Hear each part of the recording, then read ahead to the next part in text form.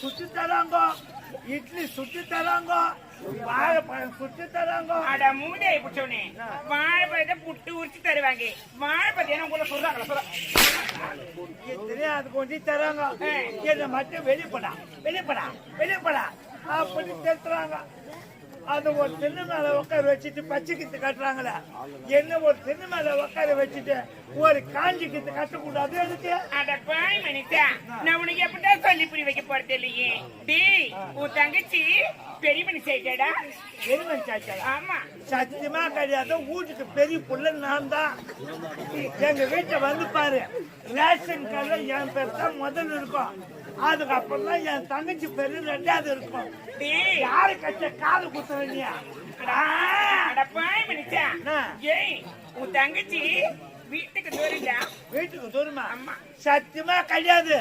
எங்க வீட்டு திண்ணு மேலே நடக்குது. எனக்கு தெரியாது. 1 கிலோமீட்டர் 2 கிலோமீட்டர் வந்தா தெரியாது.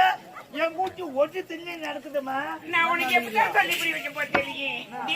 உன் தங்கச்சி வயசுக்கு வந்துட்டாடா. வயசுக்கு வந்துட்டா? ஆமா.